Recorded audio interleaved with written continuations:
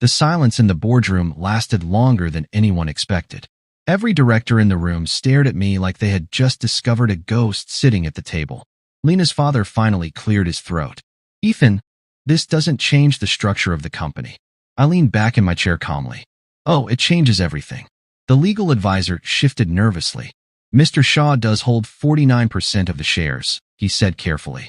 "But that still means you don't have majority control," Lena's father replied quickly. For the first time that morning, I smiled. "You're right," I said. "I don't have majority control." A few of the directors relaxed slightly. They thought they understood the situation. They thought they still had power. Then I opened the second folder. "However," I continued, sliding another document across the table, "ownership isn't the only thing that matters."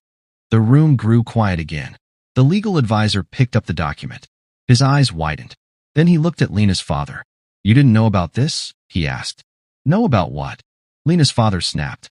The lawyer swallowed. "This patent." My voice cut in calmly.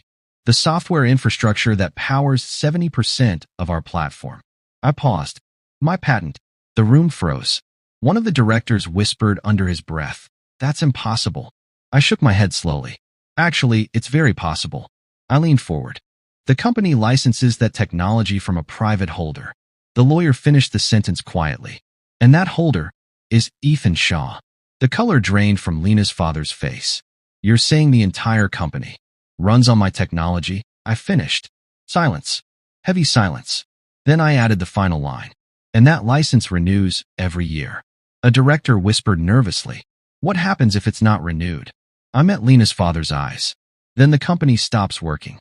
No one spoke. Because suddenly everyone understood something they hadn't seen before. I wasn't just a shareholder. I wasn't just a co-founder. I was the foundation of the entire system. Lena's father slammed his hand on the table. "You planned this." I tilted my head. "No. You humiliated me in front of my daughter." I remembered the envelope. The check. The way he looked at me like I was nothing. "You tried to buy my marriage," I replied quietly. "That was your mistake." The boardroom doors suddenly opened. Everyone turned. Lena walked inside. She had heard everything. Her eyes moved between us. Then she looked at her father. "You offered him money to leave me?" Her father tried to speak.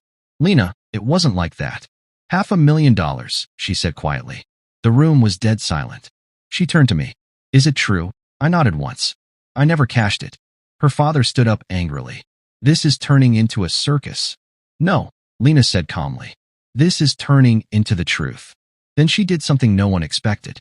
She walked to my side of the table and sat next to me. The board members exchanged looks. Because the balance of power had just shifted again. Lena looked at the directors. "You all underestimated him." Then she looked at her father. "And so did I." Her father looked furious. "What exactly do you want, Ethan?" he demanded, finally. The question I had been waiting for. I stood slowly. The entire room watched. "I don't want revenge," I said. "I want correction."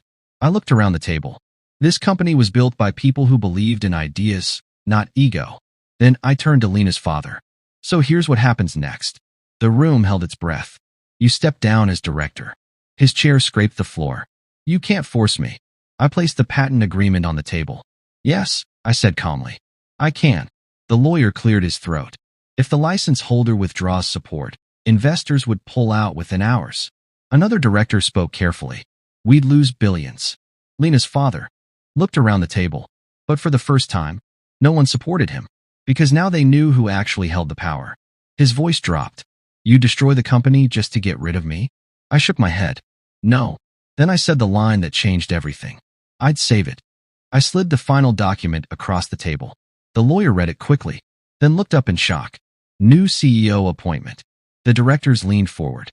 "Effective immediately." Lena's father looked confused. "Who?" The lawyer slowly turned the document toward him.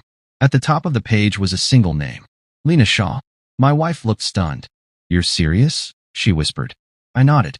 "You believed in me when no one else did." The boardroom was silent again. But this time, the silence wasn't fear. It was respect. Lena's father slowly sank back into his chair. Because in a single moment he realized something. The man he tried to erase had just rebuilt the entire future of the company. Without anger. Without shouting. Just power. Quiet power.